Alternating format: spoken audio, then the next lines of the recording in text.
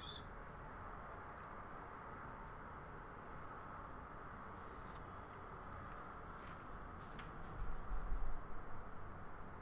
David, now if you click on the like as well, you'll be first in both races. Excalibur, David beat you to it. And then after David is study with me, says hello Mehran, hello dear. So numero uno is now numero tres.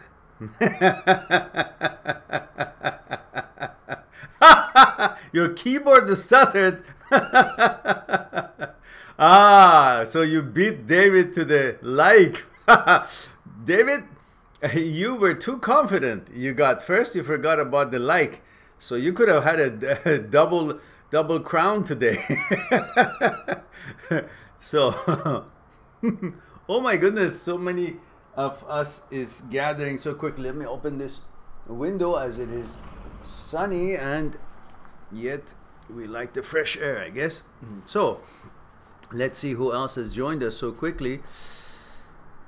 We have Study With Me, which, remember guys, I don't remember you guys from your screen names, so please do let me know where you're tuning in from and how old you are, and if you're a male or female, man or woman, and so then at least I would have an idea who I'm talking to. Then we have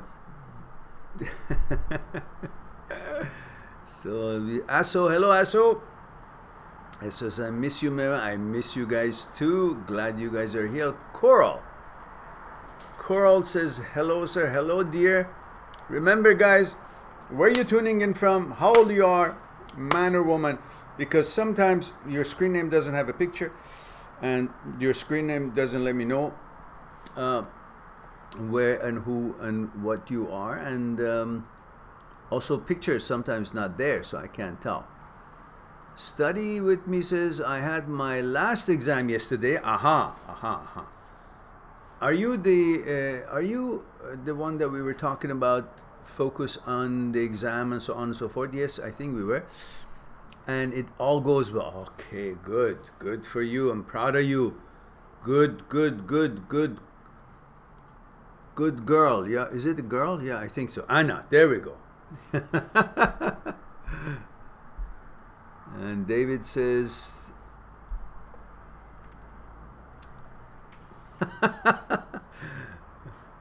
right. Okay, Anna, good.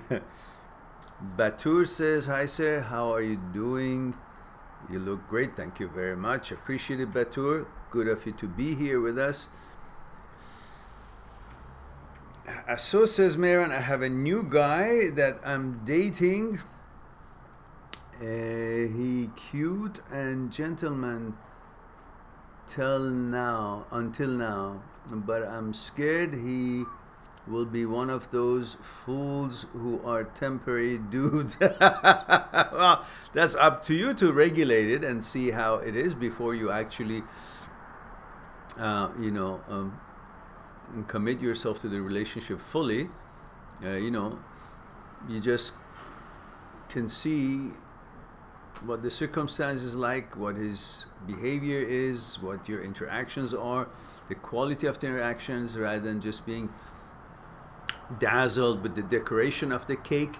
You got to see how the cake's ingredients really is to say if it's a good cake or not, or if you like it or not, or you want that cake to be part of your birthday or not. So don't be dazzled with the decoration and the icing on the cake. Figure out what quality of the ingredients has gone in it, and then you will have a better chance to figure out if that person is the right candidate to be your boyfriend,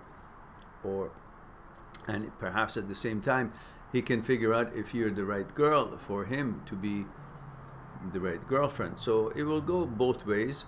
Don't have to play games, just assess each other for a while before you get so excited. When you see in a pool or an ocean, you get excited, you jump in, but you don't think about what's in there. Sharks, rocks, Should I jump in? Should I tiptoe in? Should I slowly go in? Should I swim slow? Should I see what the weather is? What are the waves are? You got to consider all these before you make that eventual, commitment to go on swimming. So you don't just jump in because you're excited you saw a body of water. Same thing.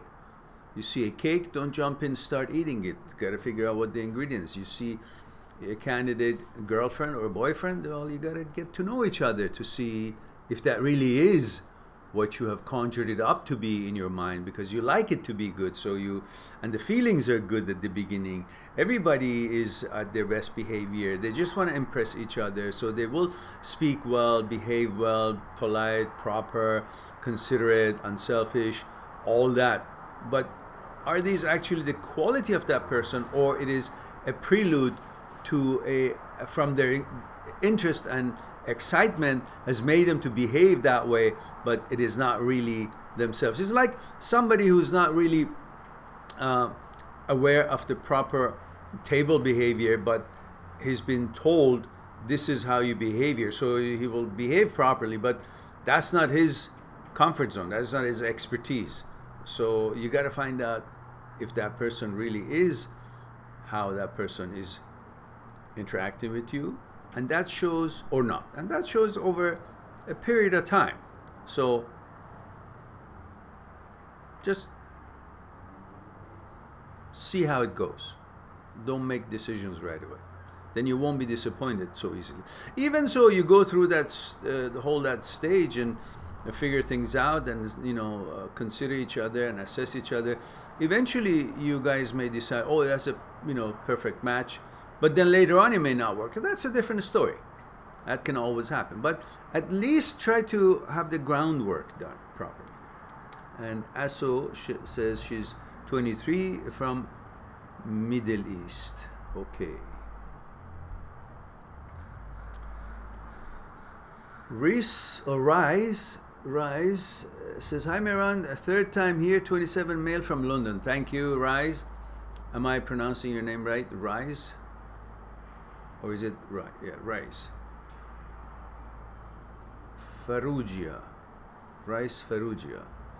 I can't figure out the background from the name. Welcome. I remember you've been here before. Excalibur says, I agree with Batur. You look like $1 million, Mehran. Thank you.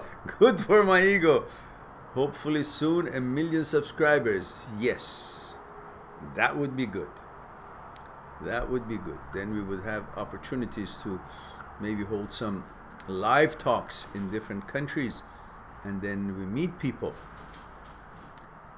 Study with me says, how are you doing, Mehran? Anna here, 20 years old girl. Okay, hello Anna. I'm glad that you did good on your exam. I'm delighted and proud of you. Prince, hello sir. Where have you been, Prince? Happy Resurrection Day to you. Happy Easter to you too, Prince. Thank you. Wishing that your love life also resurrects because you've been single for too long.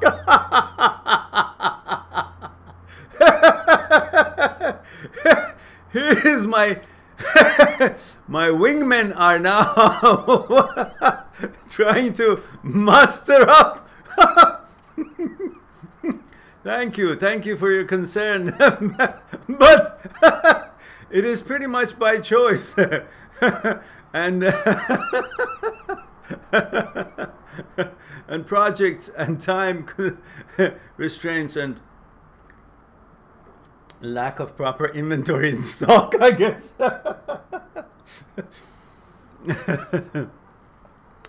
Study with me, Anna says, yes, I'm that one, you remember. Ooh, okay, good, Anna. Prince says, and happy April Fool's Day also, sir. May the mind not be fooled, but to seek the truth to all. Thank you. In fact, you reminded me, yes, today is April Fool's Day, and in Persian New Year as well as you all know that 21st of March is the beginning of spring in Persian calendar, and Persians have been celebrating this day, a complete revolution of Earth around the sun, and it goes by minutes and seconds and so on, from thousands of years ago. But also on the day of April Fools is also close to the 13th day of the new year, which usually traditionally people go out on picnics and they cook food and go out in the greeneries, and supposedly they are breaking the bad luck of 13. So on 13th day of the new year, I think is in a couple of days from now, they picnic outside of home. And on that day, they actually do exercise a similar tradition, such as April Fool's Day as well. So good that you reminded me. I'll be prepared in case. Which of course I don't like it, but Rai says R-E. R-E, that means Ray. Is that what you're saying? Ray? Is it Ray or Rai? R-I-E tells me it's pronounced Rai. R-E-Y tells me it's pronounced Ray. Now, whichever it is. Either way, I'm just going to say R. Kailau. Kailuo. Hello, dear. And he says, I have been trying to get out and keep busy, but get very embarrassed when out of nowhere my eyes start tearing up in public. I don't like crying, but it's really hard to keep it in. Any advice? Now remember, Kai, just because you guys have been here a few times before and we discussed some of your concerns or questions, doesn't mean that next time when you ask a question, I remember what the previous conversation was. It's not always happens. I may not be with it to know exactly what was it that you're referring to. So when you say you tear up in public, I don't know if it's a problem you have being in public, or you broke up, or is it remembering your girlfriend, or all that. And remember, I don't remember if you're a man or woman, so remind me again where you're tuning in from, how old you are, and you're a man or woman, because the picture doesn't let me know, and the screen name or the name may not be familiar to me to know if it's a girl's name or a boy's name. So help me out to remind me what it is that embarrasses you. What is it that you have tears coming out?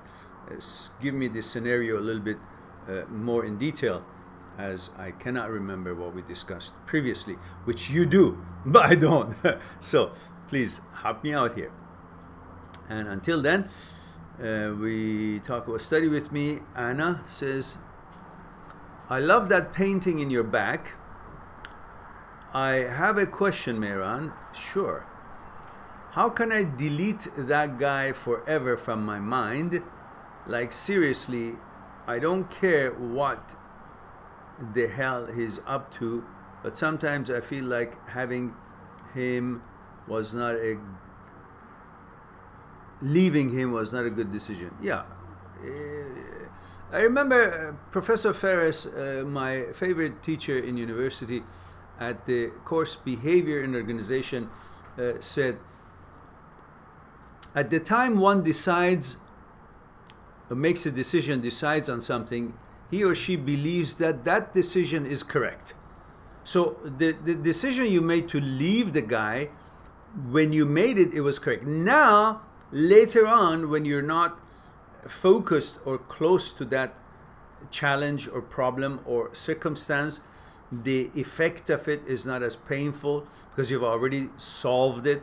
It's not no problems anymore. You've separated yourself from that situation when it was not the way you wanted it to be. Now there is not much pain with that thinking of that situation, because human being forgets pain much faster than you think. Usually bad things we forget, good things we remember. So now that the bad things about that circumstance, because of time has passed and you've already handled it, is no longer as sharp or present noticeable as it used to be. Now you think that maybe leaving that person wasn't a good idea. But at the time that you made that decision, with the information that you had, which was complete and fresh for that particular decision, you had enough evidence and reasons for it, then you were correct. So you believed it's correct. Now thinking about it, because you only remember the good points, which usually that's the character of human being, to remember the good point. Even some people who have been captured or been kidnapped or have been taken hostage, they grow to think about the things that were not unpleasant afterwards. They don't remember the unpleasant things so easily.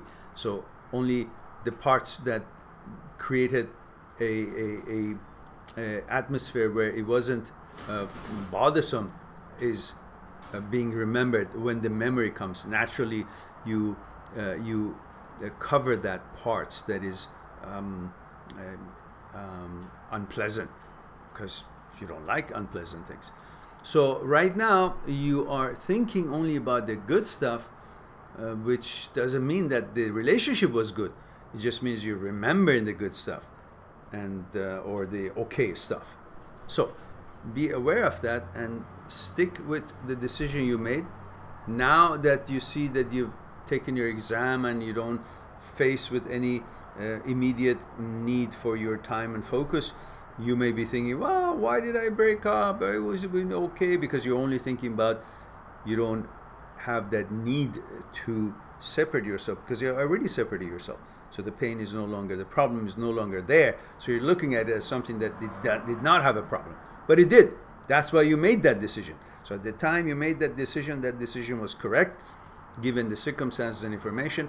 Now the situation is changed. You're thinking, you're thinking it about it again, which is not fair to where you were at the time and the decision that you made on what basis.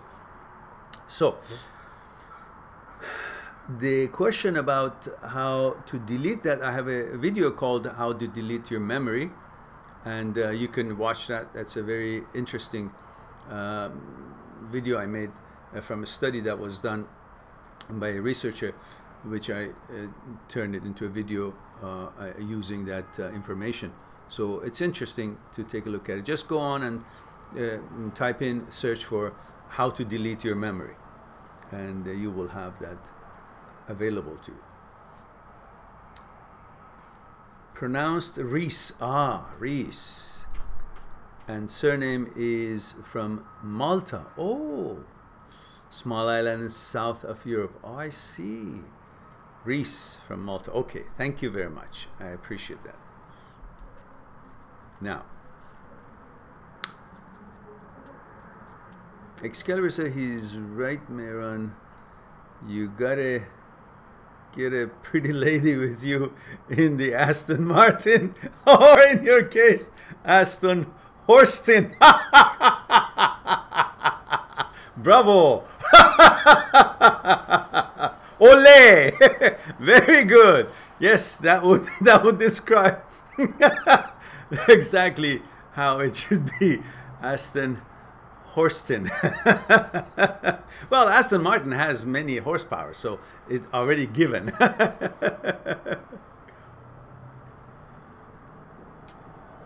Abhi says, hello, how are you? I'm fine here too. Good, Abhi, good to hear from you. Zahin says, hello, Mehran. I just came home after work. Good to see you. How to stop regretting, like if I've done this in the past, then things could have been better.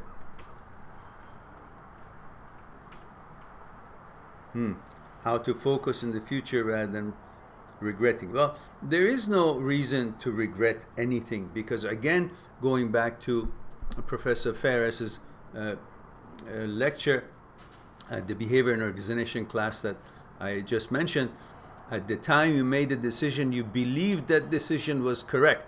Given the information and circumstances, that was the most logical and the best decision you could make. Because if you believed that that decision was not correct, you wouldn't have made it. So the fact that you did, given that circumstances, we're talking about normal decisions. We're not talking about decisions that led to hurt someone physically or cause any malice to anyone or society or property or anything like that. We're talking about a normal decisions made about, you know, behavior and the relationships or whatnot, stuff like that. So you made that decision based on information that was available to you at the time. And on that note, you cannot go back, and now that time has passed and different information is available to you, as more information has come forward, time has changed, your mood has changed, your level of closeness to the situation or the bothers and challenges is not the same. Now you think of it differently, but you can't think of what you know now and base your judgment of the decision that you made then and compare it to say what I know now I should have known then. How could you have? You know it now because it's now. If it was then, you wouldn't know what you know now. You would only know what you knew then. And that's why it's called then and now. Are you confused yet? Because I am, but I think I made the point. So let's go on. You should not have any regrets. And I think there's a video that when you key in and search for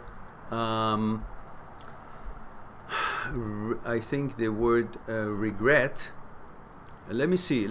I am now doubting myself a little bit, but I think I did make a video about regret. I'm sure I have, but I just don't know what it's called. So let me see if we can locate it here, because I'm curious now myself. Okay, come on, but be a little bit quicker, computer. So let's say here we search for regret. Let's see what comes up. Ooh, lots of things. How do you get over getting over some? Okay, that's cute. How do you get over getting over someone? Okay, how to bring good things into our lives. How do I stop negative thoughts, fear of future, guilt and regrets about a relationship? Okay, maybe that would be something for you to start. Let me just put the link here. All three of the harmful foods Let's get this advertisement over. Now, this is perhaps something that you guys can do, and that would be find the videos that you like, and then you could introduce it in our talks and have a conversation on that, which could be one of the things that you guys may want to do. Here's the link for that video that I just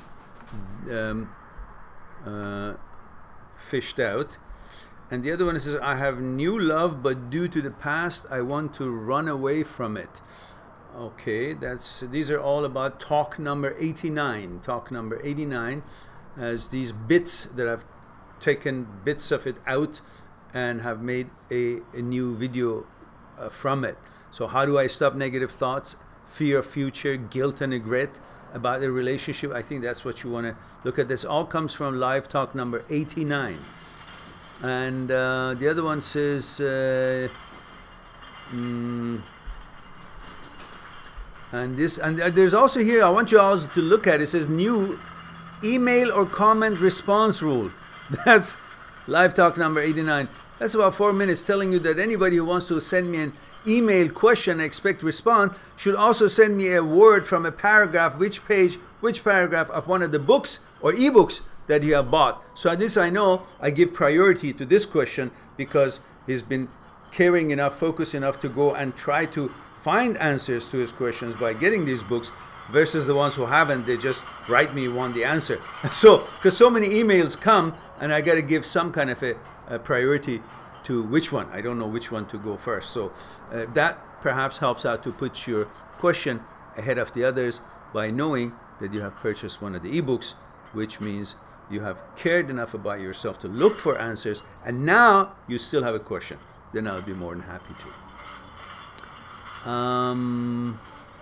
And the other one says, how can I best condition myself to go with the flow of life?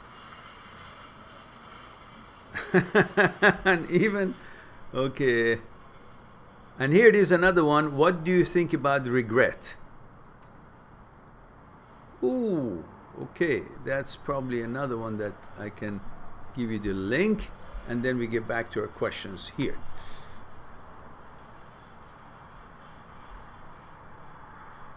Testosterone and get in shape like I did. All right.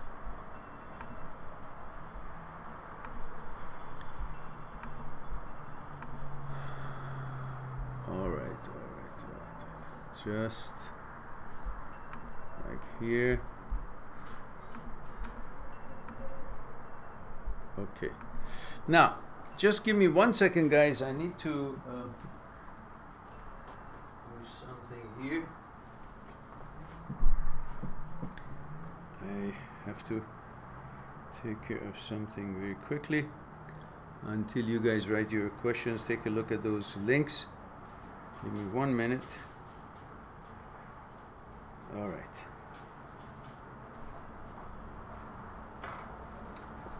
Okay.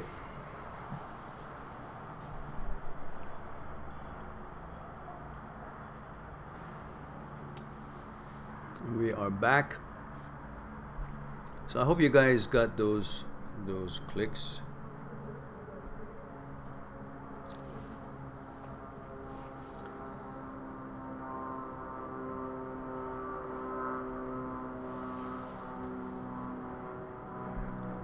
Now Reese says, pronounce, okay, there we go. Excalibur, Abhi,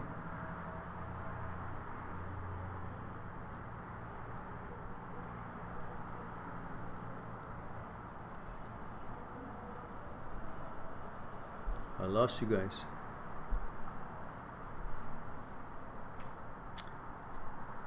Zahin says, hello Mehran, I just came. Okay, we got that one. Regretting, okay. Zahim, so I hope that you got those links. Alessandra says, hi Mehran, what do you think about meditation? Well, there's a big chapter in my book, Me, My Psyche and I, detailed in meditation. And there are a few chapters on that note. In fact, let me just get the book.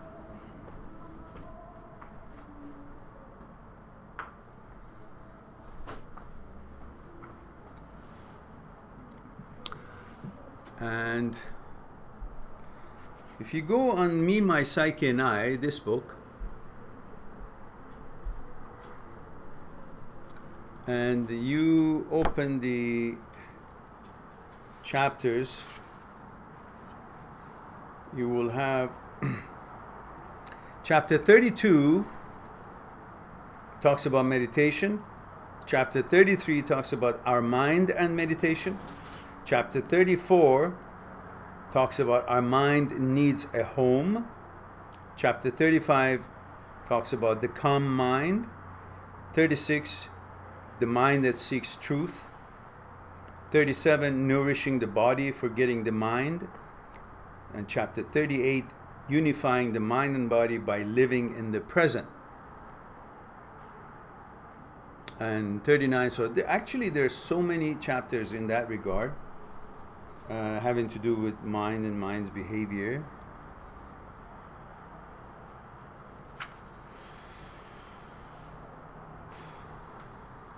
And so take a look at the table of contents of the book, and you guys will see there's a lot more in here than we thought there is.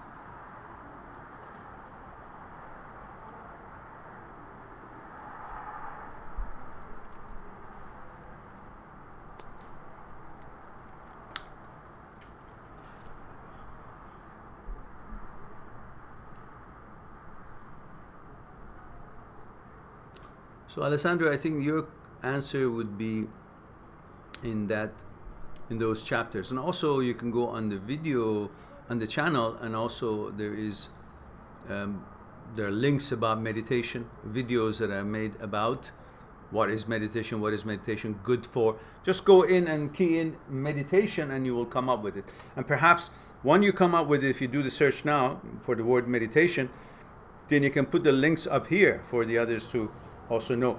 Instead of me doing it, I can just tell you what to search for and you can go for it there. And Bruno says, hello from Brazil. Hello, Bruno. Yesterday I planned to have a romantic date with a person, and then at the last moment the person sent me a canceling message because she was feeling sick and ill. I said that everything was fine and I went back home because I was already at the meeting place. How can we deal with this kind of frustration? I'm not saying that is wrong to get sick. It's okay. Yes, I understand.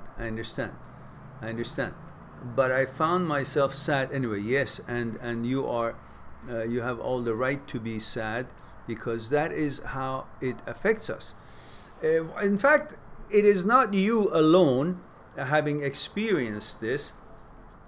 Almost every one of us who have a date, because when there is a secretion in the brain, dopamine, which alerts you of something good is happening. Naturally secrete when you're excited about going somewhere, doing something, or you just meet a new person, and this dopamine is created because it makes you feel, it alerts your mind, it alerts you. It's mind's way of alerting you, telling you something good is happening. So you get elated, you get in this level of high. And because of that, and it's such a good thing, you start worrying about what if it doesn't happen, because usually brain is looking for trouble and is usually searching, what if things don't go the way it is, the way I like it to be, the way that I expect it to be, to go, or the way they are. We always are anxious about such things because our brain is looking for trouble. Its job is to look for trouble, so we'll be prepared, and so we won't be disappointed, and it's trying to protect us. And especially when we already have this this chemical created in our mind because of the natural secretion of something good is happening or something exciting that we expect, the dopamine, we're already there. And so anything other than that, or more of that being exuded by our brain, or oxytocin or serotonin also be coming into the picture, would be a downer. So the easiest way to get disappointed is when the date calls in and cancels. Whether she is sick or she is not, or whatever the situation is, or they just cancel because they changed their mind, it just pisses us off. Why? Because we had already set up something. If you have a party and you go and clean the house and buy goodies and put the music on and decorate the place maybe, and you know, everything is prepared, sandwiches and so on, and then the guests cancel, or they mix up the dates and don't show up, you get pissed because you had organizations you went through. Emotionally, you also go through this organization. Your brain gets ready, you get excited, you plan on what to do, what to say, you get creative in your mind, and you create plans, and all these organizational skills and efforts that you put gets all to be the reason for you to be pissed off when it's canceled, for any reason. I don't care if she or he is sick, whatever your date is, your situation is, I don't care about that. You just get disappointed because, you know, you were ready for that. And that's a disappointing thing. So,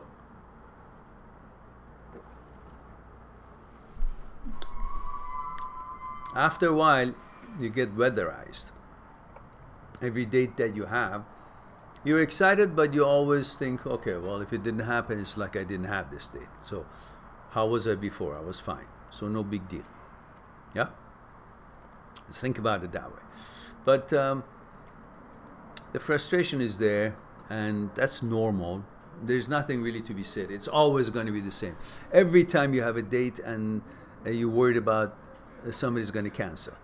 To the point that it happens so often that every time that you have a date and it's not going to be canceled, you're just anxious, there's going to be canceled. It's like when somebody follows you with a with a little needle, like in birthday parties when we would stick a needle. I don't know if you guys did or not. Stick a needle into the skin of the fingertips, and we just played like we're playing with the balloons that were already in the birthday parties, but it would burst because there was a little needle sticking out of our fingertips. Nobody could see it. Yeah. Now, after a while, you actually figure out that this is the needle, and if you try to do this to each other, you know there's a needle there. You start running away, even it's not hitting. And after a while, even there's no needle. You just do this, and everybody runs away because they already have been conditioned to think that there could be a needle. So now, when you get a date, you're conditioned to think it could be canceled. So you're always apprehensive until it actually happens. But don't let that bother you. That's part of this whole thing. So what? Really, it's disappointing, but it wasn't going to be like make or break your life. Your life is still there. Dates and relationships are a fragment of life, not the whole of life. If you think of it this way, then the disappointment of it, if it happens, is very minor. It won't be as big as we tend to think it is. It's just about pleasure. Okay, I'm not having that pleasure that I was expecting to have today on this date, or getting to know this date, but it's not the end of the world. But because there's a pleasure involved there, you are disappointed, because we're always looking for spending our life with pleasure of doing something, pleasure and pain. So don't worry about it. It's not a big deal, I don't think. There's no cure about it. It's part of life. No. Kalani, aloha. Kalani says, hey Mehran, I want to know what you think about sex before marriage. It's very good.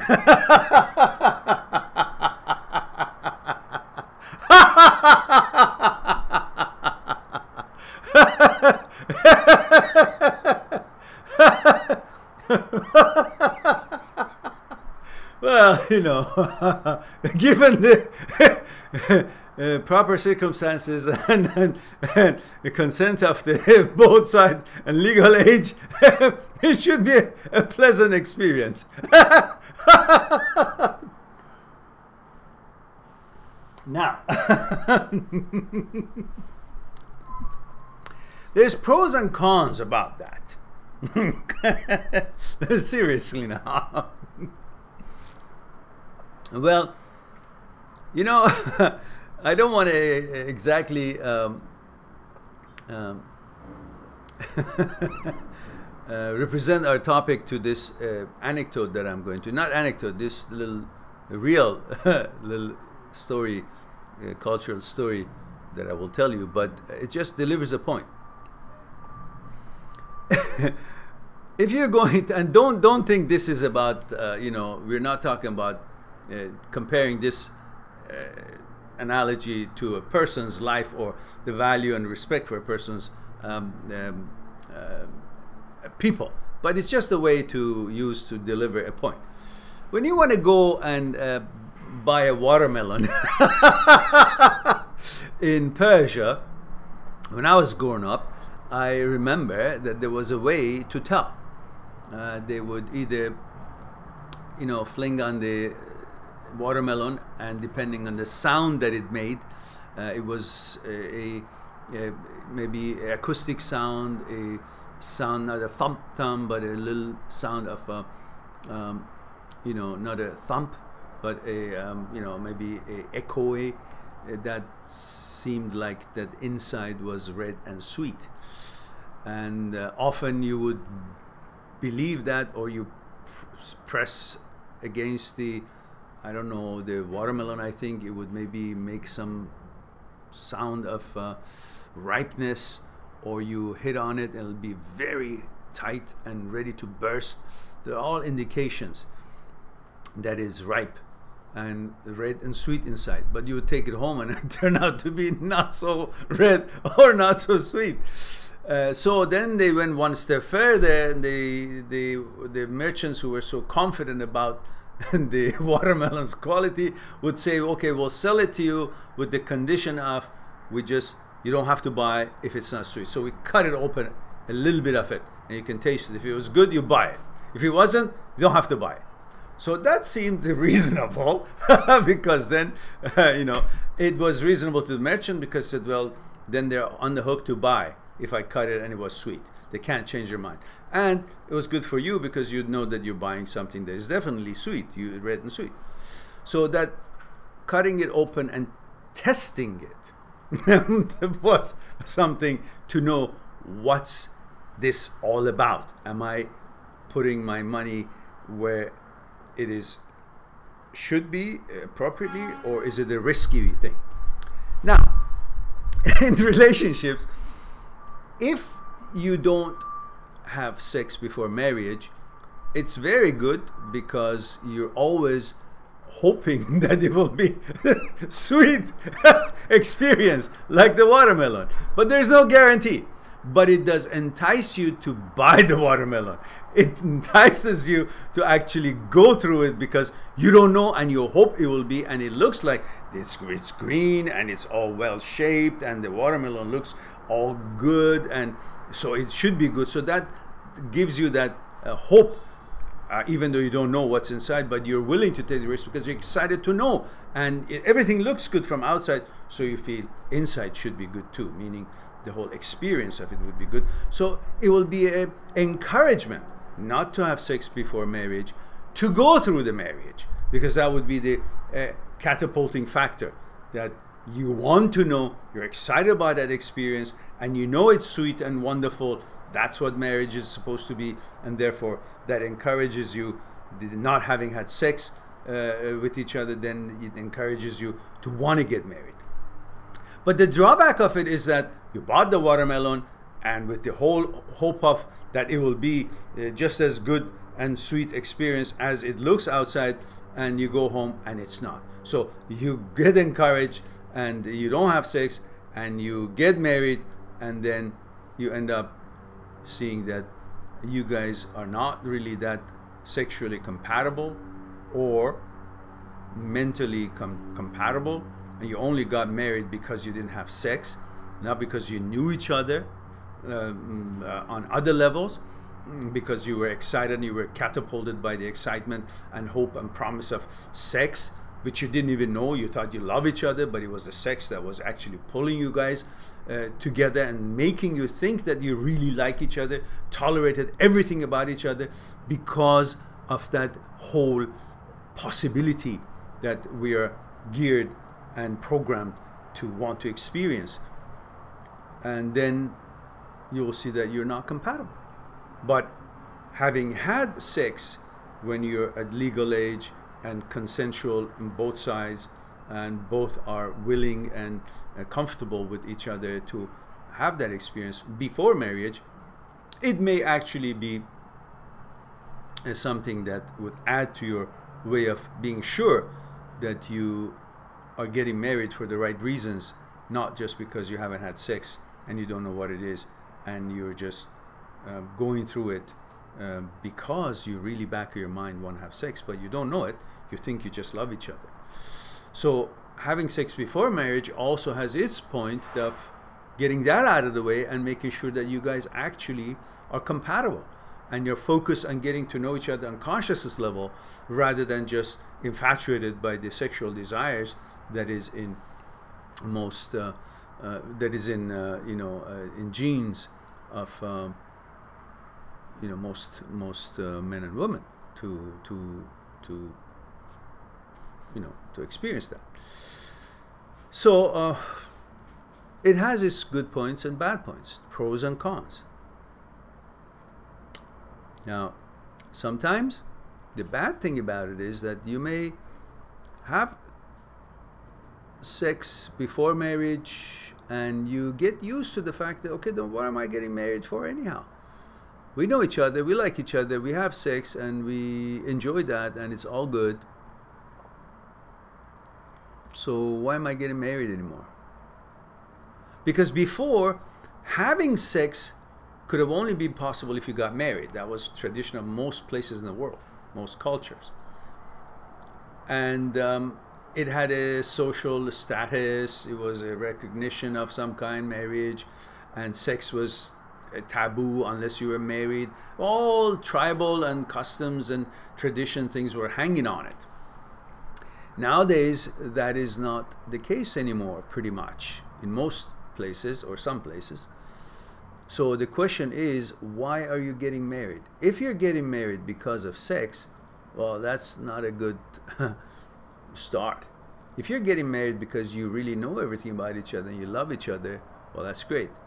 But if you're gonna have sex and then change your mind, well, I've had sex now with her, so I don't really think that I want something else, because now you've had this, now you want something else. If you're that kind of person, well, that also is not good, because it means you really didn't know why you're getting married. If it was sex, and now that you had the sex, you don't want to get married, then your reasons for getting married was not legitimate to begin with. So you should find your reasons to get married to be different than just sex. At least sex would be an addition, but not the reason to get married. And also, you shouldn't use sex to encourage you to do something that otherwise you wouldn't do, which is the marriage. So all in all said,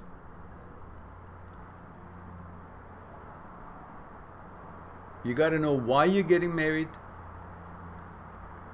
and is sex the only reason that you want to get married? If sex is the only reason, well, it's not a good reason to get married. That's the only thing you guys have in common? Well, that's trouble to begin with. But if you're getting married because you know each other well and you love each other and bond on conscious level, then it doesn't matter if you have sex or not before marriage, I guess, because you're still going to go, it's not going to change anything. It's not like, the trophy is here. As long as you haven't had it, you will get married. If you get married, I'll give you the trophy. You guys can have sex and experience that. But if you have this, then no reason to get married. Well, then that is something that you got to figure out if that should be a consideration in your motivation to get married or not. I don't know if I've answered your question or not, but I think I have. You find the answer within the answer.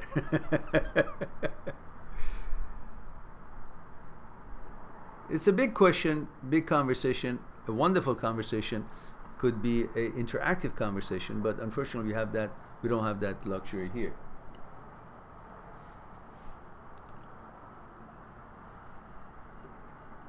Alessandra says also, I know it's not relevant to what I should focus on in my life, but yesterday my ex contacted me. Every 2-3 weeks she somehow reaches out, but when I try to flirt, she gets rude.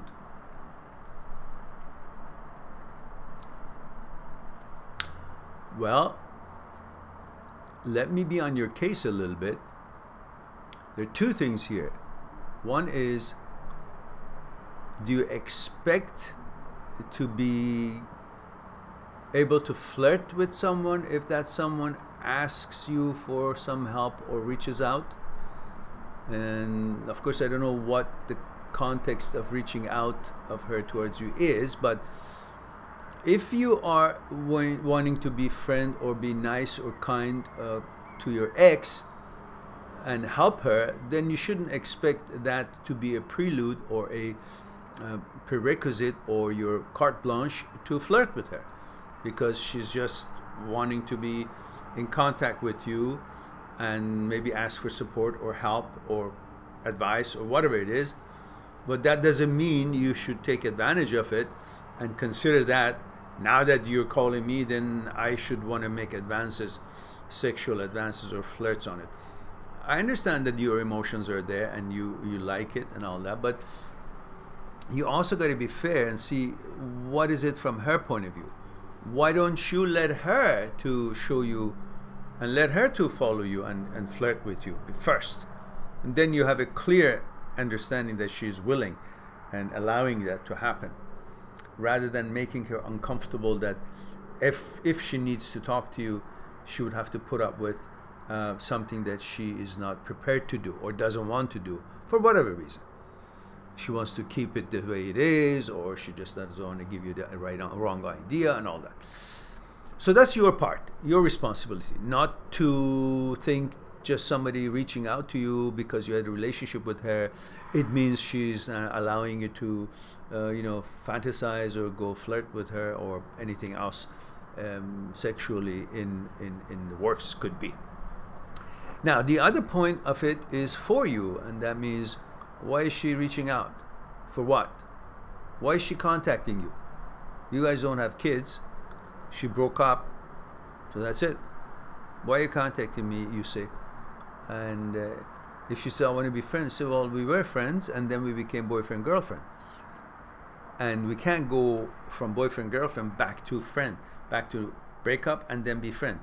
What is the next step of friend? Why do I want to be friend with you? I did want to be friend with you because I wanted to be, maybe knowing or unknowing, the next step would have been to be boyfriend, girlfriend, which we were. And now that you change your mind, or we're not together anymore, where's this friendship gonna go? I can have other friends. I don't want to be friend with the woman that I've had a relationship with, because it's not going to be easy. It's going to be awkward, because all the memories of the sex and intimacy and all that is there. So I'll be kind of reacting on those clues that I have, the files, emotional files that I have, experience that I have in my mind about our relationship. So I prefer not to. It's possible many people are friends after a relationship and no problems and doing great, but they are keeping that boundaries all clear. Now, obviously, you can say, I'm not willing to do that. I don't want to have that boundary. Therefore, I prefer not to be friends. So you'll be comfortable and I'll be comfortable and nothing will be awkward. Now, if she answers you that, then, you will know. Or you can say, well, then in that case, because I have still emotions about you, that's why I end up flirting with you when you reach out. And if that is not something that you would welcome, then best is I don't want to make a fool out of myself and I don't want to make you uncomfortable. So best is don't contact me, and if you contact me to be friends, I want more. And if you don't, then don't be in contact. I think that would be fair. Because you don't want to use anybody and you don't want to make people uncomfortable. So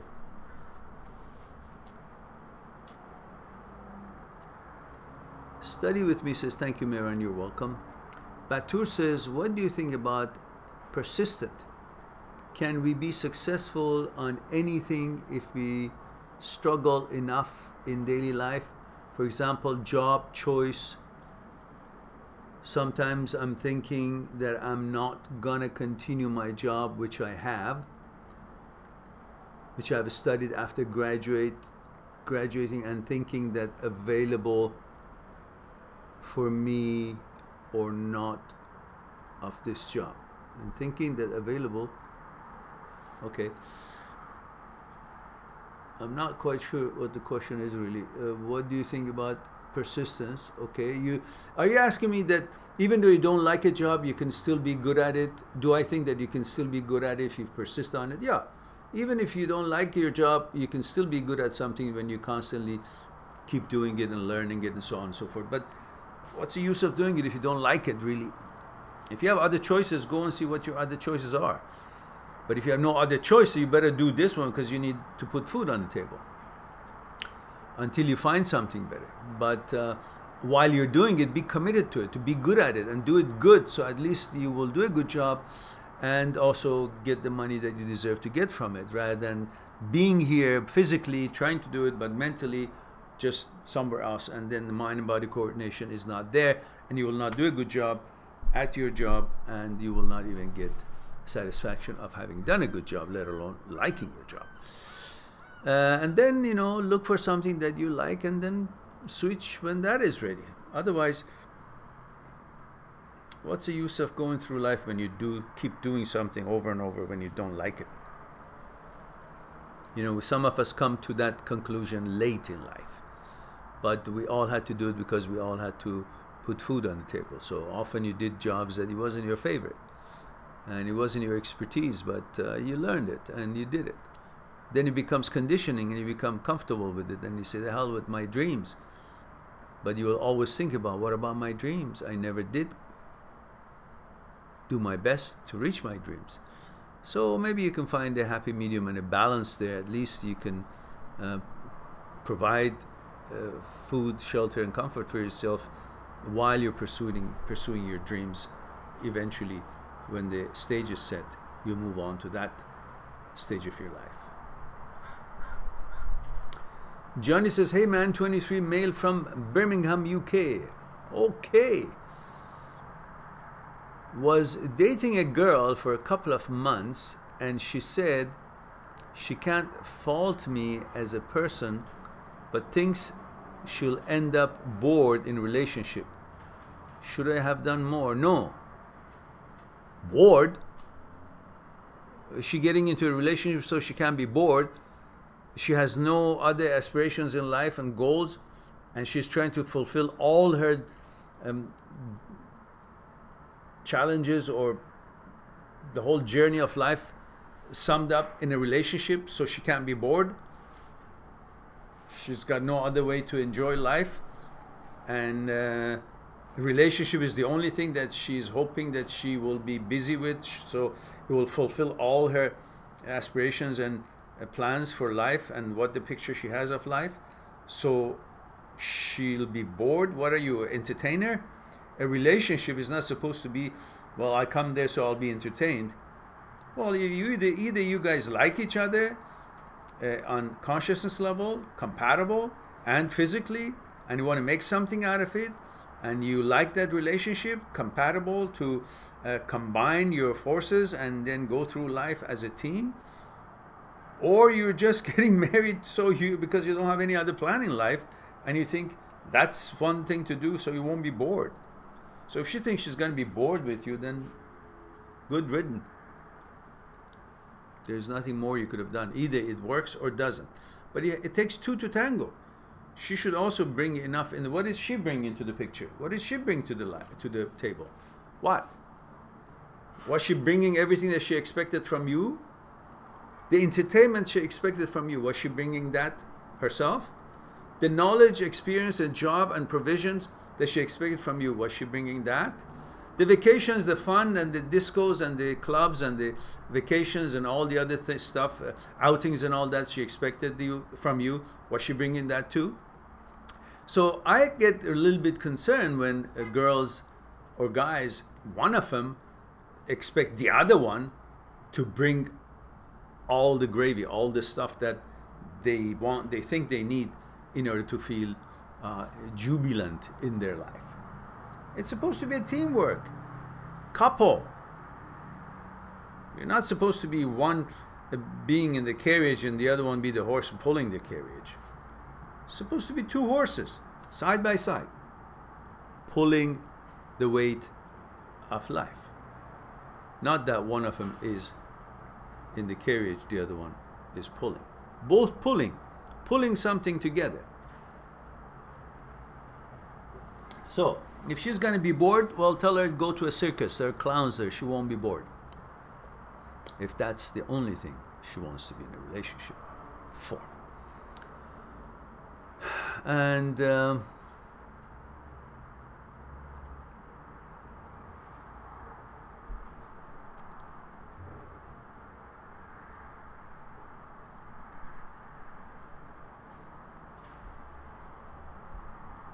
study, let's see.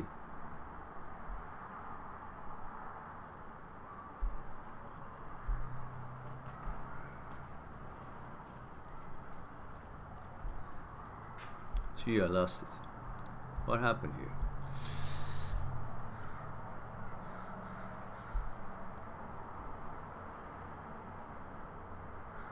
Study with me says,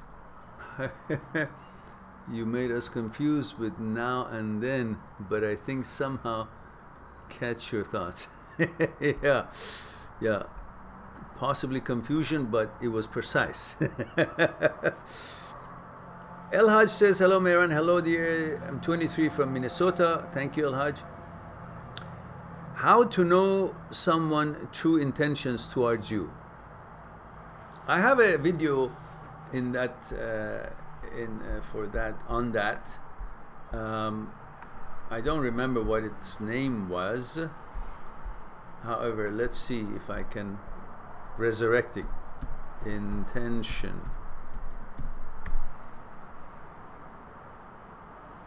Yeah. How to know other person's intention. Wow. We have covered everything, haven't we? I told you there's over 800 videos here. Pretty much. There was this this young man who has a gaming channel that did a shout out for my channel. Apparently he found it very useful. It was helpful to him in his situation, and he's very kind to have created this elaborate discussion about my channel and praising it. And he actually mentioned exactly, says everything and anything that could come into your mind after your breakup, this guy has a video on it. And now I can see that he was right. Almost anything that you can think of, pretty much I have a video on it. And so I'm going to see, there is the link for you. There we go. That's the link. So that's pretty much, pretty soon, any questions you guys ask, I don't talk anymore. I just put you the link in. Put the link in there.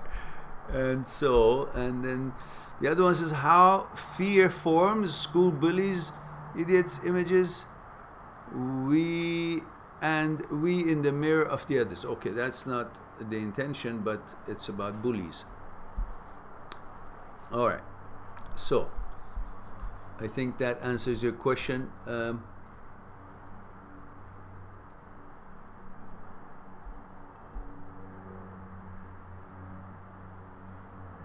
El Haj. So look at that link, El Haj, and I think that should be the conversation you're looking for. Eric Cartman says, I watched your videos just 1 year ago. I broke up with my GF, feels so desperate, and broken. I moved on after keep watching your videos. Okay, good. Glad to hear that, Eric. Delighted to hear that. And Eric continues, after a year of no contact, finally got back together. Weird, huh? Yeah, I guess so. Sometimes people need to go away before they can come back and see that there is nothing out there better, or what they were thinking was an illusion or was unreasonable, and they should have made something better through their own efforts rather than thinking that is only responsibility of the other side. So sometimes that works that way, and that's fine too. So Piash00 says, hey Mehran, your loud laughter is very mind-freshing. Please laugh loudly. I really like it. Okay, I'm do my best. Alessandro says, from chapter 32 to 39, Roger that. Thank you. I'm going to study. Okay, okay. Good. So yeah, Alessandro, I think you have purchased all the books, so you should have that under your belt for your reference. And you don't have to read them all at the same time. They're sometimes a little bit heavy, so you can just read them whenever you feel like it, one at a time. They're not big chapters, but they're sometimes a little bit elaborate. Excalibur says, Mehran, does the universe cooperate in reverse in terms of law of attraction? I noticed when I was when I want something very much, I don't have it. But as soon as I don't want it anymore, it comes to me. Is the universe playful or what? Well, how do you know that the efforts that you put into getting what you want wasn't going to happen right away, and it just takes a little bit of a time for it to all come together for you because of the efforts that you made? You can't just sit there and constantly think that I want this, law of attraction, law of attraction. It's like sitting across a table from a beautiful woman that you feel it's your type, and you wish, okay, I wish to get to know her, I wish to get to know her. You gotta get off your ass and go and introduce yourself to her. Otherwise, it won't happen. So it's not law of attraction just because thinking about it. You gotta put action and you have motivation, action, plans, and execute it, and put efforts into it, and prepare for it, and all these. Then the attraction may turn out to be a reality rather than just sit there, attraction. Law of attraction. What law of attraction? You got to put your ass into work. So in everything, yeah, it starts with your vision. That's great. But then you put your energy into it. That's great. Then you focus on it. That's great. But you all have to come with actions, plans, elaboration of it, plans for it, and action. That's just by itself. Okay. Now, so it doesn't mean that when you just stop thinking about it, it just means that you're trying too hard and you're then ending up being impatient by expecting, because I'm trying now, where is it coming, where is it coming, where is it coming? But when you let go, you're not thinking about it, and that course, that movement, that energy that started by your actions, putting things together, eventually may come together, you know. That's pretty much it.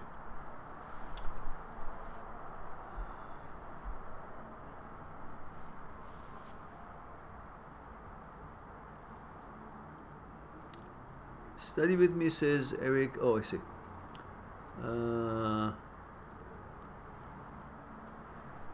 Piyash says love from Bangladesh. Thank you very much, Piyash. Appreciate it. And love from here to all Bangladesh as well. Arijit says, why do we feel that we will not be able to find anyone after a breakup? Is it a real thought or just stems from fear? Yeah, it stems from fear, nothing else. Why do we feel that we will not be able to, will we meet? I have a video on this that talks about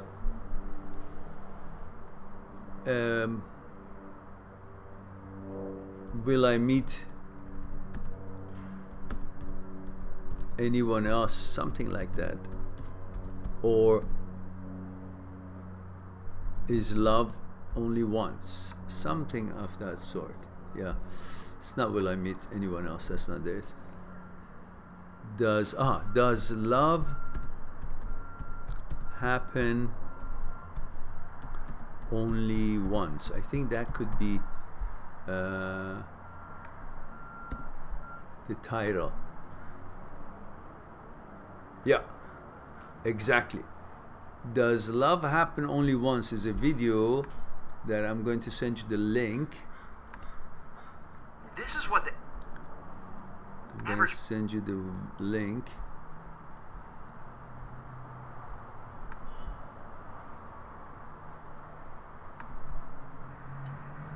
Hello again.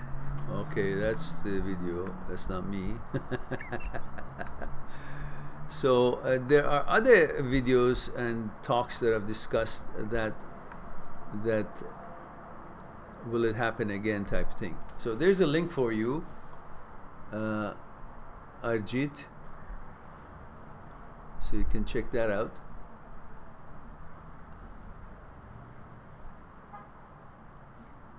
Eric says, even shocked till this moment that somehow we managed to get back together. I didn't even contact her for a year. Yeah, well, she came to her senses maybe. and her reasons perhaps were not as convincing to her any longer.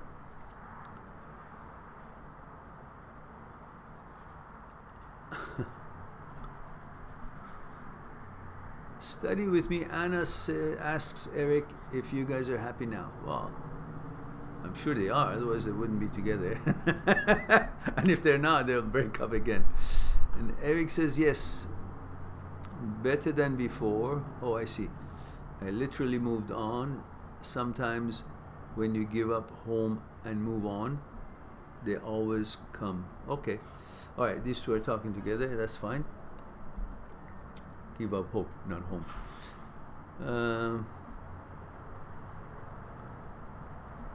All right, these are not for me then. Zahin says, thanks for the link, Mehran. You deserve some rewards for the videos you make. Yeah, the reward would be you guys sharing the videos on your social media. And the immediate reward, everybody listen, please. Click on the like right now before you forget, because every time you click on like here on Live Talks or any of the videos that you watch on the channel, it helps the algorithm and makes us become visible, as we are not visible. So please help the channel by sharing the videos that you like, and or click on the likes all the time. Not or, and. And so we can get more subscribers and become more visible.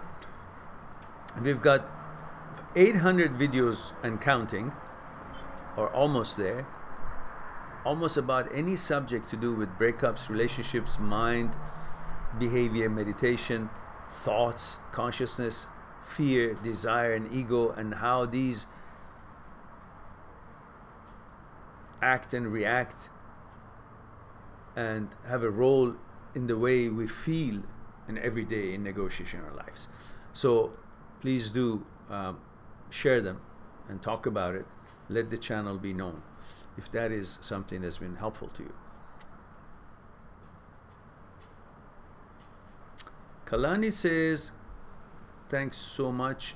I've had sex many times, but I'm a Christian and I believe you have to have sex before marriage so you can get to know each other, cause you need the experience.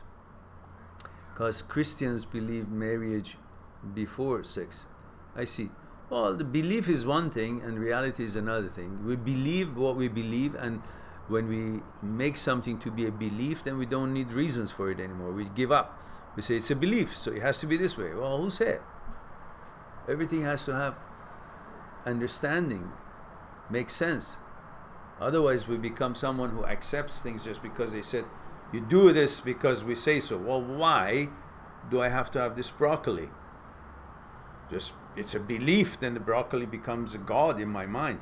I see broccoli, oh, it's a belief. I have to eat it, I have to respect it, it's a special thing. But if I understand why, then I know the limits of importance of it and why I should make it feel important about it. So, as simple as that, really. So, beliefs are sometimes good to encourage you to do something, hope and belief and focus, but also beliefs could be a detriment to your reasonability and stop you from thinking, because somehow, somewhere, you believe that that is something beyond your understanding, therefore you should understand it anyhow, accept it, even though it's beyond your understanding. Well, that's kind of a interesting way to dominate your mind and not give you any reasons. It's beyond your understanding. You do as I say. Oh, it's beyond my understanding. I'm stupid enough that I can't see it. Yeah.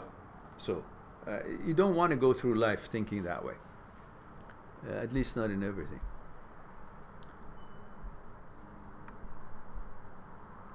Kylo says, male 22.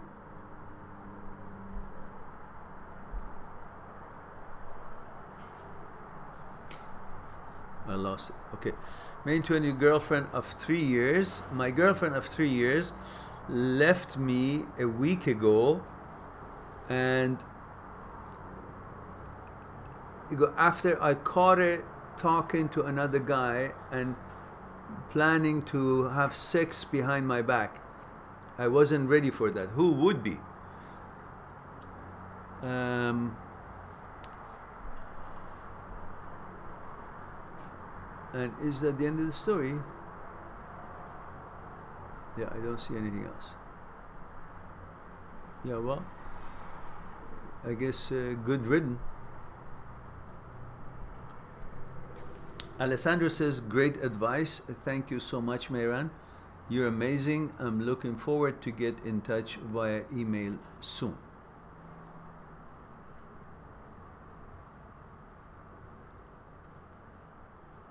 I forgot what the question was. Are you okay? Okay. This is why I put these live talks here, so I'll receive less emails to answer, because I really don't want to keep typing in. It's so many. So I put the live talks that would be complimentary, that would be free for you, and the expectation would be you would share the videos and you would share your knowledge and help others and get the word out, and you know, do the likes and watch the videos and help the channel to grow. That's why. So we hope that we will handle the inquiries in this way better than emails, because when they're emails, I can't write all day long, and so many, and I don't know which one to go first and so on. So I've made the books pretty much free for you guys. You know, the books that are $80 and $100 US and will be shipped to you are now, as you know, in email form at $4.99, $5.99, $6.99, exact same book. So I've done that to solve your challenges, and the live talks are also free, and so we are hoping to reach many people with least amount of cost. But anything more than that, then you guys know what to do. Go to my site, mindthatseekstruth.com, and book an appointment on Skype consultation, and we'll chat about that specific topic that is occupying your mind and you want to share it with me, and we can explore it together. And so that way, then we will have our economic agendas met at the same time, helping and reaching others, which would be affordable to everyone through the ebooks, through the live talks, and then further than that, then we need to watch for the economics and time that it is detrimental to any well-doing or good deeds, business or otherwise, to survive. So, and to allocate time. Otherwise, one has to allocate time to things that would bring about what is the necessities of life to be able to continue offer the services and well wishes that one hopes to. So now, Johnny says, thanks, Mehran. The board goatee, good written or whatever. Girl did have a lot of activities in her life, so that comment did surprise me. Maybe she was someone who thought I was too nice. Yeah, you know, you don't want to end up being a donkey and everybody rides you just because you're polite, you're nice, you're kind. You know, many people are wonderful people. There are more nice people in the world than the otherwise, but many people are just simply selfish. The more you give them as a part of care or attention or professionalism or service of if your job is, the more they think they're important, or that it is your duty to do it, rather than that you're doing more than you should because you care about you know, business, or you care about, you know, people's businesses and so on and so forth. When it comes to relationships, the same. The more you give them, sometimes, if they are not of good quality, if they are not of a given personality themselves, if they are not appreciative, of the values of what they're receiving, they think what you're giving them is free and worth nothing because you don't ask for anything, so they think that's the value of it. You didn't ask for it, it's probably worth nothing. That's their understanding, and for that, you don't want to go for that. You got to size up people if their capacity is to appreciate your contribution or not. If they're not appreciating it, leave them. Don't have to give them. For what? Why are you giving, being so nice to someone who does not reciprocate or is not nice? What? What is the actual reason for that? So if you think of it, if they can't appreciate your kindness or the quality of what you're offering for the reason that you're nice, if they can't appreciate that, then why should you? It's the least they can do. Not to say, okay, let's put more weight on this donkey. He takes it, so let's put more weight on this donkey.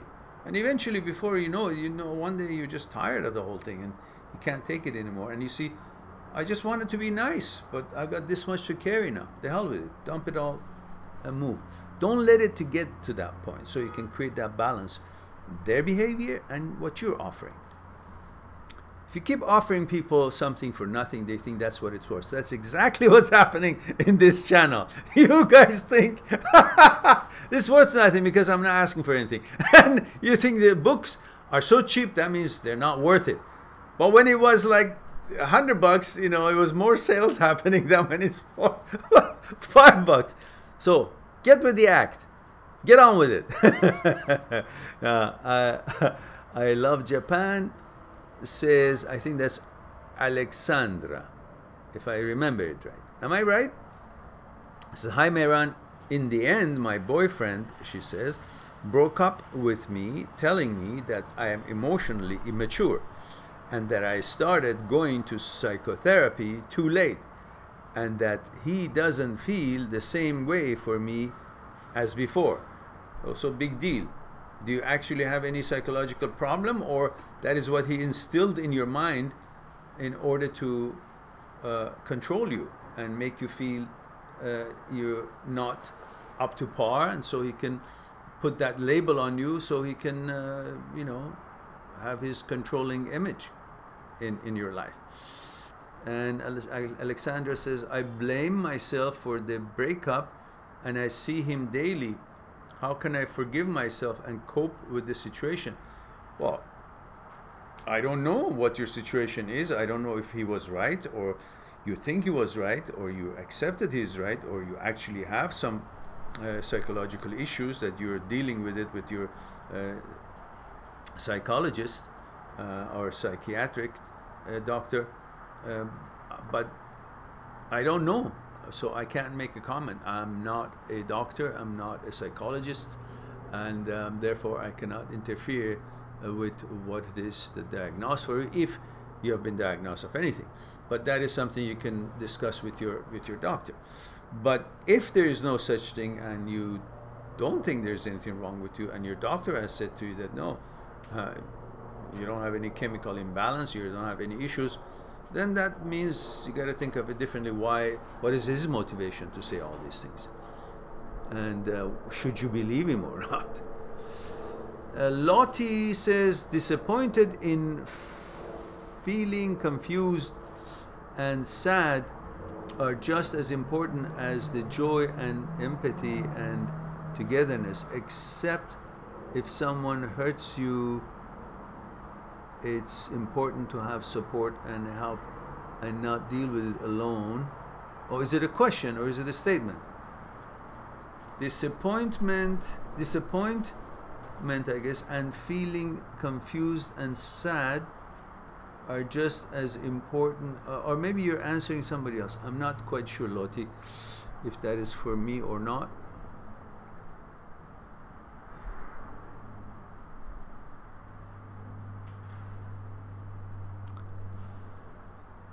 Exceller says, lol Mehran, being aggressive with this answer.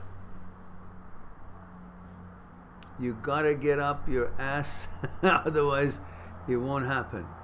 That's not the point, Mehran. When you do put effort and it doesn't happen, then you don't put effort anymore and it happens. Well, how do you know that it wasn't because of the efforts that you put into it before? It may not happen right then when you're putting the effort, but it has started something. It's like when you are on top of the mountain and you push a bit of a snow and nothing happens.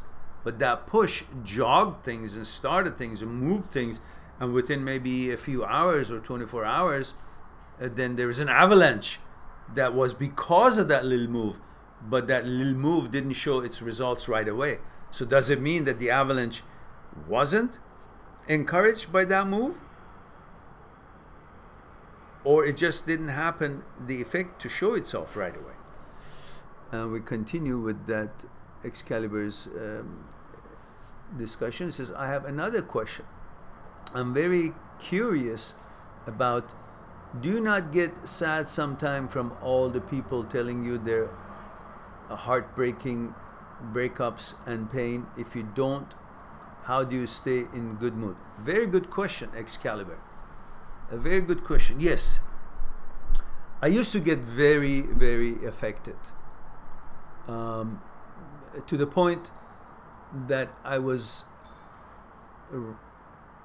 hot and red, and the blood pressure would be actually going higher than what, after discussions with people with their problems, because I would, especially on Skype when it was one-on-one, and I would be very close to the problems, hearing it, and the discussion and explanations were totally against my nature, meaning I would get really riled up and upset internally about what was being done to them as they were explaining to me, the girls who were telling me their stories and the experiences they had with the guys who mistreated them, and all of that would create anger in me, and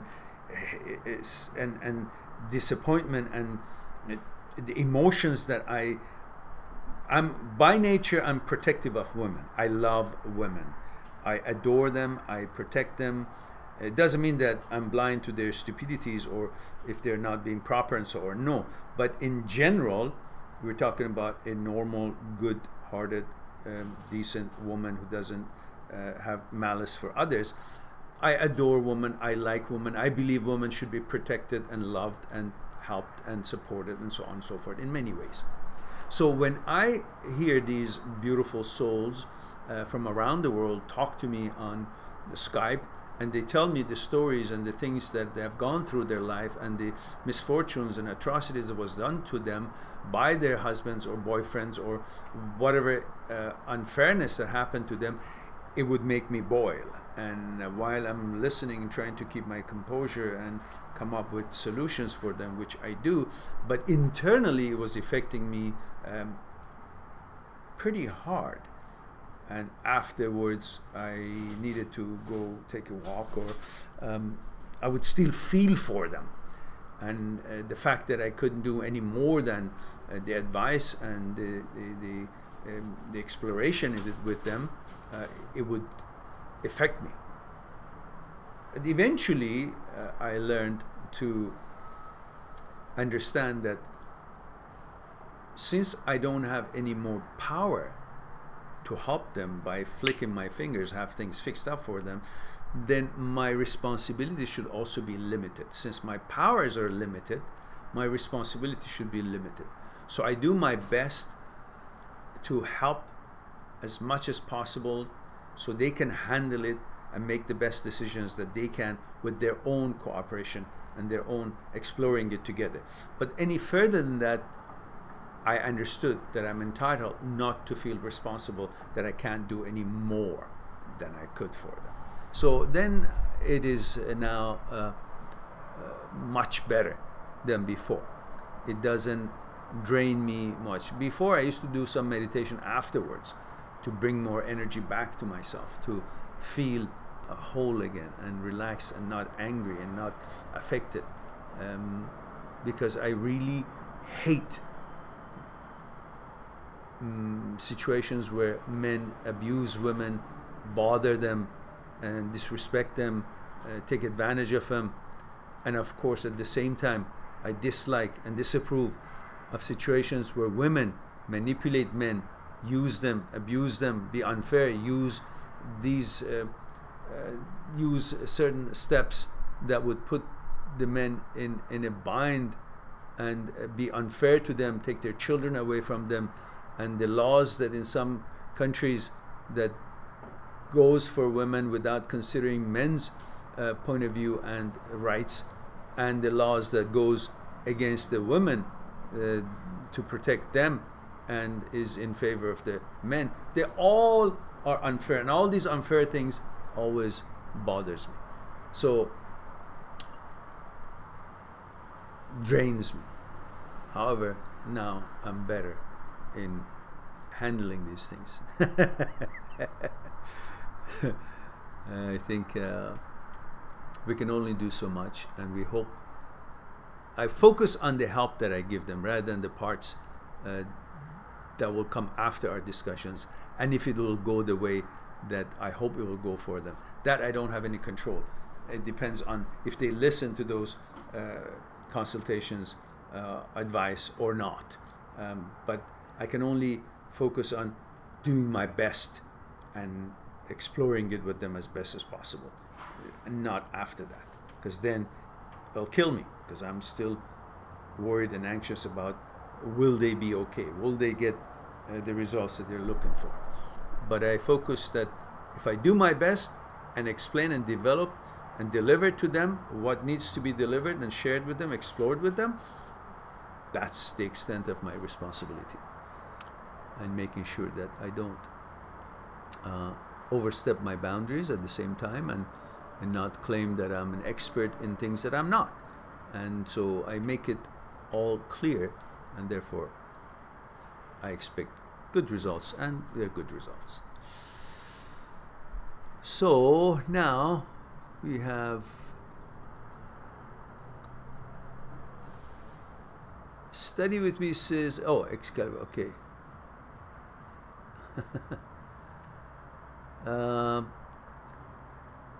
Covered by Nick. Hi Mehran, it's been 2 months since my fiance broke up with me. We've been together for 9 years. I still have hope for the future that someday things will work out. How to kill that hope? You don't have to kill it. Life is about hope. Hope is there for many things, but doesn't mean that you have to expect everything that you hope come together. Because if all the things that you hope come together, you can't handle it. There are too many good things. So just focus on your life, focus on the present moment, focus on your projects, focus on what it is that you want to accomplish. Automatically, that hope not even will disappear. Other hopes more important than that, what you would prefer over this one, will come and take its place, because you were active, you have created emotion, you are moving in life, you are creating more advancement in your life by your actions. Therefore, naturally, you will advance, your expectations will go higher, and what you hoped for is no longer meets your expectations. Therefore, that way, it'll automatically disappear, and you will be free from it without having to do anything to it. Just focus on life. That by itself will bring a lot more into your plate than, and it will not let other things, insignificant things, to even be visible by you, let alone hope for it. So naturally, they would dissipate. Focus on life. Focus on life. Now, Kylo says, earlier question was, I have been trying to get out and keep busy, but I get very embarrassed when out of nowhere my eyes start tearing. I remember, up in public. Don't like crying, but it's really hard to keep it in. Yeah, that was the earlier question. Earlier question was, I have been trying to, let me close this, it's getting a little chilly, and okay. Kylo says, earlier question was, the question that I had problems with it to understand it. In quotes, he says, I have been trying to get out and keep busy. After what? After breakup? Are you talking to me? This is all because of the breakup? Because getting out and getting busy after what? Have you been home? You have a problem going out to public? What is it that you are saying? Is it after your breakup you have problem going outside? Is that what you're saying? I have been trying to get out and keep busy, but I get very embarrassed when out of nowhere my eyes start tearing up in public. And is that just because you're out of house in public, or is the tears because you are out and you get embarrassed that your girlfriend is not with you, or you broke up? Does it have anything to do with breakup, or you're just talking about this challenge that you have when you go outside the house? You get embarrassed just being among people, and your eyes get teared up, and then you say you don't like crying, but it's really hard to keep it in. And do you know the reason for this crying? That's what I'm trying to find out. What is it that makes you cry? Is it the fact that you're outside and you're in public, or is it because you remember your breakup? Is it to do with breakup? I'll wait for that answer. That will clear it, and then we'll discuss it. Alexandra says, I do have some problems, but he didn't really help me too much. I don't have big problems, but I dealt with depression and low self-esteem. He's the kind of dismissive partner. I know it is not his role to help me, but I thought that if he loves me, he would stay. I see. But you know, Alexandra, I understand what you're saying. If we love someone, we stay. But unless it is our children, we would still love ourselves more than the partner. So you say, if he loves me, he would have stayed, but do you think he loves you more than he loves himself? Everybody's life is very precious and important to themselves, and they could take bits and pieces off of it and offer it to somebody else by their time and efforts and focus, but eventually, ultimately, they are more aware of the importance of their own life than just someone else's life. So thinking that someone else would love you more than they would love themselves is rather unreasonable or unrealistic, I think. So you shouldn't expect him to love you as much as you think he should for him to stay, because they love you, or somebody loves you, but they also love themselves. So just imagine if the situation was reversed, and you love someone and it's not your child, but you love this person, and he's got some issues that he's not able or willing to deal with or modify. And you love that person, and you'll do your best, and eventually you might say, well, you know, look, I can't handle this anymore. I want my life to be a little different. So you choose to let go, especially when you know that that person's situation is not really critical, but it's enough to put you off your plans or your lifestyle or your preferences. Yeah, if let's say that person's situation was really devastating, you would have probably continued staying and be more selfless. But when you know that person's situation is not that serious, like you're telling me yours is an issue, but it's not a big issue, you told me. That's what I understood from your writing here. Therefore, then maybe he doesn't feel like he has to treat you in any special or special way. He just treats you like any other person that is dealing with life, and says, well, she's strong and she can take care of her problems or whatever it is, like everybody else has problems and they take care of it. It's not a special situation. So I don't have to be overly protective or caring. So I go because he thinks about his own life. And you would think the same. Well, this problem of this person is not that big. I don't have to hang around. It's not like he's unable to deal with it. It's not a special situation. So he's capable. He can handle. So I'll go and take care of myself because this is not what I want. So in that way, he treated you maybe normal, and it should be because you say that you're fine. But I think you should stop expecting people to bring about what you want for yourself. Bring about what you want for yourself by yourself, instead of expecting somebody else to do it for you. Don't expect things from people you won't be disappointed. Don't expect things from people you won't be disappointed. Or don't expect too much from your friends or relationships or people in general. Then you will hardly ever be disappointed. But if you expect them to do this much, and some can, some can't, some will, some won't, some can and won't, and some simply don't have the understanding or knowledge or capability, but either way you'll get disappointed because that's what you expected. So stop expecting from people. Focus on the basics of life.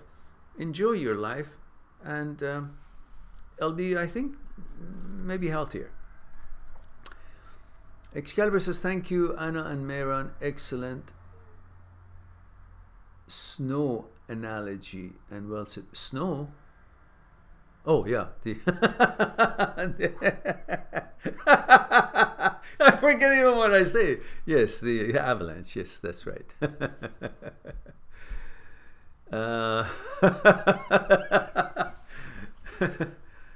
Excalibur says, how it even affected your blood pressure. Oh, so wow, it even affected your blood pressure. You have a lot of empathy like me, and it's a good quality, but it really can drain you, as you said. Yeah, it does. It sure does. But I'm good with it now. It's been all my life I've been caring about people getting along and harmony and good energy and so on. And I've been trained in that in martial arts of Aikido, which was a beautiful thing happened to my life. I'm fortunate to have stumbled on it in university and trained hard for it. Meditation became part of my life and part of what saved me and my abilities to be able to accomplish what I wanted to offer to my family and my life in general. So I'm good now, but we all should do some meditation to replenish all the energy we use during life, whether physically or emotionally. It'll tremendously help, as far as I believe. I think it does. Personal opinions. It's all about my personal opinions in these live talks. So if you guys have any particular need to discuss with anything about medicine or psychology, you got to go to your doctors. I'm not a doctor, I'm not a psychologist, and I'm not a medical professional. I'm just telling you from my research and my personal understanding of how life it is to be looked at from my point of view. Study with me says, thank you, Mehran. I love the way you fit your thoughts into your mind. Hope to see you next time. Till then, take care. Thank you, Anna. Have a wonderful day or evening wherever you are. And Covered by Nick says, thank you for wise words. Alexandra says, thank you very much. You're welcome all. And Excalibur says, it's been 2 hours time to go for walk, Mehran. Haha, thank you for everything. And next time we see us. Oh my goodness, it's almost 2 hours. Yes, looks like we have covered everything and we answered all the questions here. I again thank you very much for being here with me. I appreciate your time, and please do share the videos as you see them and you like them, and click on the like before you guys leave. And love you all, and talk to you soon. And in the meantime, be good to yourself and to the others. And bye for now.